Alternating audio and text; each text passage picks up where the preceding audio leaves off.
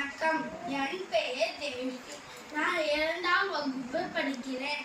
என் பள்ளியின் பெயர் ஊராட்சி ஒன்றிய தொடக்கப்பள்ளி மேடவாக்கம். நான் திருக்குறள் கதை சொல்ல போகிறேன். திருக்குறள்: பயன் தூக்கால் செய்த உதவி நயன் தூக்கி நன்மை கடலின் பெரிது. இலக்கம்: என்ன பயன் கிடைக்கும் என்று எண்ணி பார்க்காமலே அன்பின் காரணமாக ஒருவர் செய்த உதவியின் சிறப்பு கடலை விட பெரியது.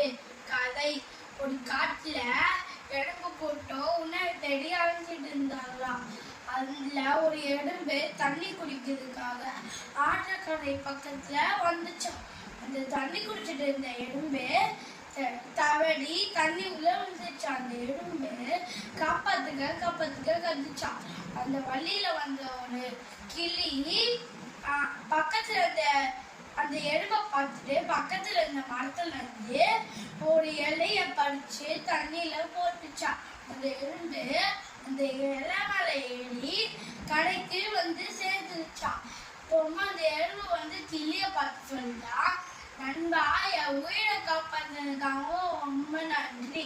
நீங்க எனக்காக பெரிய உதவி செஞ்சீங்க. அப்ப ஒரு நாள் கிளி வந்து பழம் படிக்கிறதுக்கு மரத்துல வந்து உட்கார்ந்துச்சான். அப்ப ஒரு வேடன் வந்து இந்த கிளிய பார்த்து குடி வச்சுட்டு இருந்தானா. அப்பமா அதை பார்த்த எறும்பு அந்த வேடனோட காலை கடிச்சிருச்சான். அந்த வேடனே வலி தாங்காம ஐயோ அம்மா கத்துனாங்க.